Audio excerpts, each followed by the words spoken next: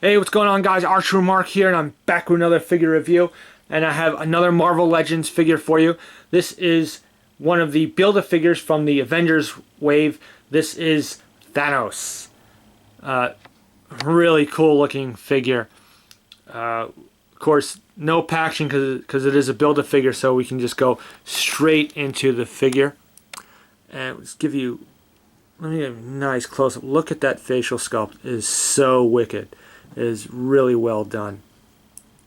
It's a very well sculpted and painted figure. Not a lot of like paint variations or like shading or anything like that, shading effects. But you have that blue paint and kind of yellowish gold, a little bit of silver. But overall, it just looks really well.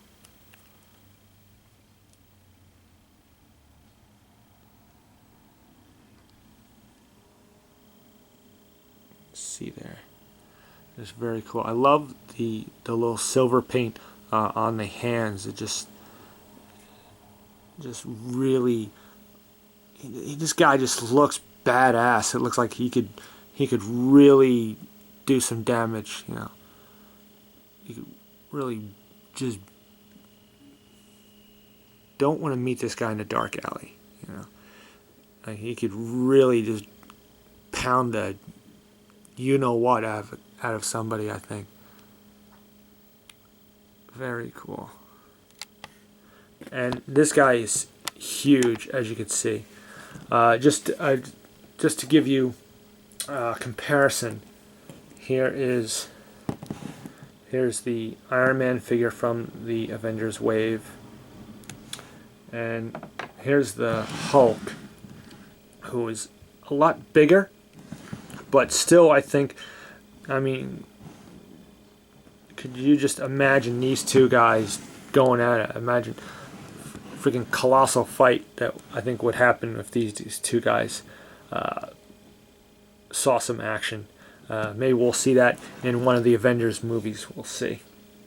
Even though this is not a movie version, it's more of a comic version. I think he still fits in well with. It's more of a modern comic version, so I think he fits in well with those movie figures if you so desire to do that. Okay, so again, as you can see, the paint, the sculpting is really well. The articulation is pretty good. There are some things that hinder the articulation, which I'm going to go over right now, so we'll talk about that. First of all, the head sculpt, nice ball joint. You got left and right movement. He can look up and down, obviously side to side. You can move down a little bit more, seeing his chin hits into the shoulder armor, but still get decent amount of movement there. Now shoulders are on a ball joint, and they move up, but they don't go all the way up. That's all you get. The arms will move forward and back, and as you can see, there's one of the problems. This shoulder armor is a separate piece, and it just plugs into the chest, or the shoulders rather. So you have to snap it back in. It's just peg and hole system, but it will get in the way of your arms if you're posing them. See, it comes loose. So you may have to pose him and then put the armor back on. So that's one problem. You do have the bicep swivel, hinge joints at the elbows, and you do have swivel and hinge joints at the wrist, so good range of motion there. Okay. You have the ab crunch, moving kind of a ratchet joint, and you can hear that sound there, and so you got moves forward a little bit, and back is okay, but overall not a great range of motion. I've seen better, but it's still pretty good.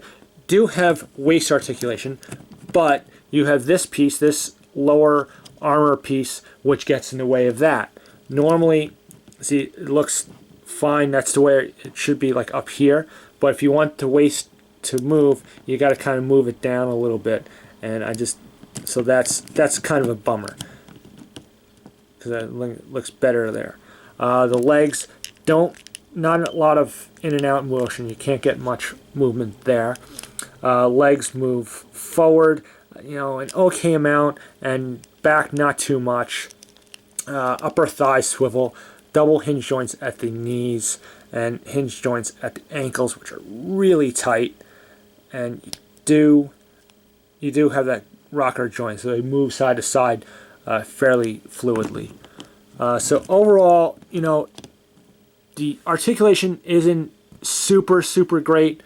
It could be a lot better. Sometimes with these big, thick, bulky figures, you kind of get that. So the sculpt and design of the character hinders the articulation, and also, as you saw, the armor pieces really can get in the way.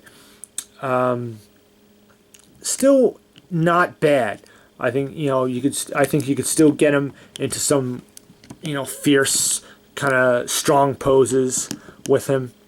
But you just gonna be a little creative, but you're gonna be hindered a little bit due to the articulation limitations and, as I said, the armor pieces. But still, overall, just very cool. It's just big, and it's also there's a lot of weight to him. He's a hefty guy, so he stands real well, which is always a plus.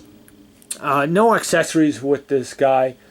It would have been cool if they gave him like a little infinity gauntlet or something like that. Maybe we can get that with a later figure. Who knows? I'm sure at some point we'll get a movie version of Thanos, I would think, and maybe he'll come with the infinity gauntlet. I don't know.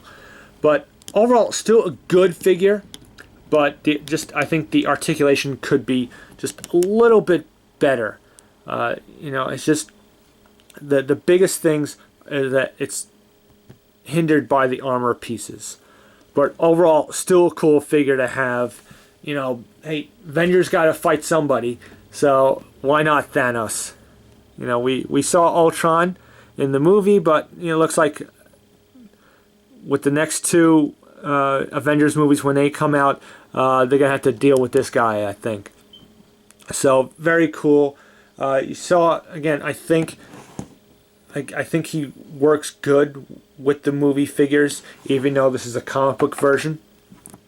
So you have that. It's good figure to add to your collection if you want to add to your villains. This is certainly a major bad guy in the Marvel universe. Obviously, of course, you have to pick up the other figures in that Avengers wave to get all the parts for this guy.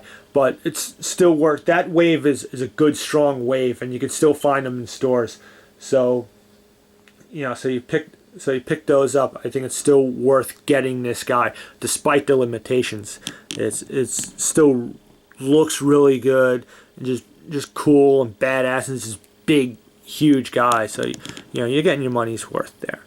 So there you go. Marvel Legends Build-A-Figure Thanos from the Avengers wave. I hope you enjoyed this review. Usual comment, rate, subscribe. And until my next video, stay tuned and have a good day.